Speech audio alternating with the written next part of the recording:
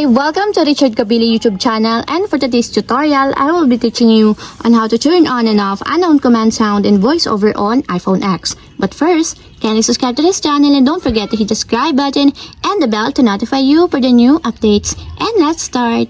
Using your iPhone X, from your home screen first, go to Settings. Then in the Settings, scroll down and find the Accessibility, then tap. Then in the Accessibility, go to Vision section and then tap the voiceover. Then in the voiceover, scroll down and tap the audio.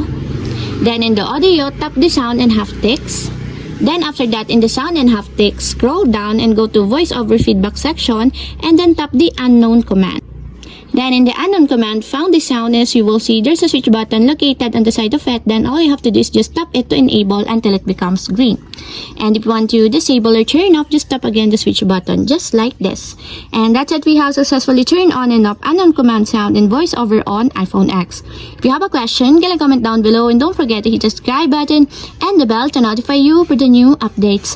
And thank you for watching!